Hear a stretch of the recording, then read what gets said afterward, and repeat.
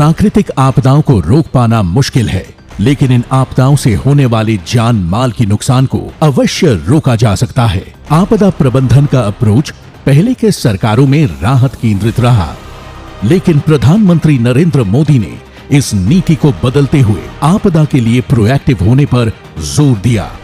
ये सही है कि हम आपदा को रोक नहीं सकते, लेकिन हम उस आपदा से नुकसान कम से कम हो, इसके लिए व्यवस्था तो जरूर बना सकते हैं। इस नीति को आगे बढ़ाते हुए मोदी सरकार द्वारा आपदा से देश में होने वाले जन हानि को शून्य करने यानी मिशन जीरो कैजुअल्टी का लक्ष्य रखा है। इस समग्र सोच का ही नतीजा है कि 140 किलोमीटर प्रति घंटे की रफ्तार वाले बिपरजॉय तूफान में एक भी जन हानि नहीं हुई। ओडिशा में आए तूफान फनी एवं बिपरजॉय तूफान का प्रबंधन पूरी दुनिया के लिए एक मिसाल है। इस ऐतिहासिक सफलता का बड़ा कारण अर्ली वार्निंग सिस्टम द्वारा मिले पूर्व सूचना और अनुमानित नुकसान को रोकने के लिए सक्रिय नीति और पूर्व तैयारी भी है।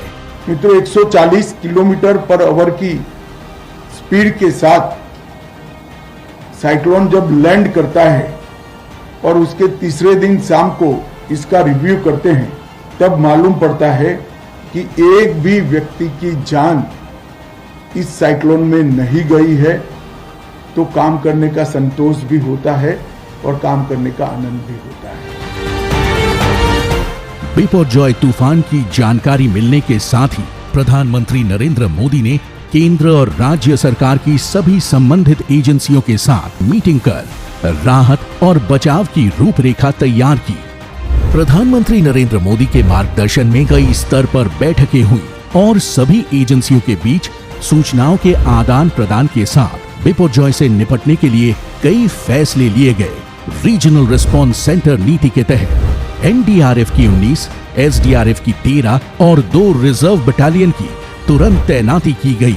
विनाशकारी बिपरजॉय से बचाव के लिए लगभग 1 लाख से अधिक लोगों को सुरक्षित स्थानों पर पहुंचाया गया। साथ ही लगभग इतने ही मछुआरों को तट पर लाकर उनकी जान बचाई गई। इतना ही नहीं, इस आपदा के दौरान 707 गर्भवती महिलाओं को अस्पताल में सफल प्रसव का प्रबंधन अपने आप में एक बड़ी सफलता है। गृह मंत्रालय के निर्देशानुसार तूफान की आशंका वाले क्षेत्रों में जान माल के नुकसान को रोकने के लिए कई शेल्टर बनाए गए और 450 अस्पतालों का चयन कर जरूरी दवाइयों का स्टॉक भी किया गया। इसके साथ ही 73,000 मवेशियों को भी सुरक्षित स्थानों पर पहुंचाया गया। 3,27,000 से अधिक वृक्षों की छटाई एवं 4,300 से अधिक होर्डिंग्स को हटाने के साथ ही लगभग 21,000 से अधिक नौकाओं, 54 जहाज और 27 बड़े जहाजों को समुद्र से निकाला गया।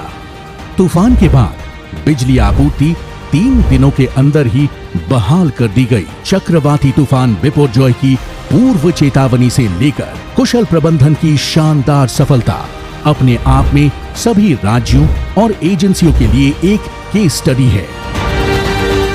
मोदी सरकार ने बिपरजॉय तूफान से सफलतापूर्वक निपटकर भारत को वैश्विक स्तर पर आपदा प्रबंधन में उच्च स्थान दिलवाया है।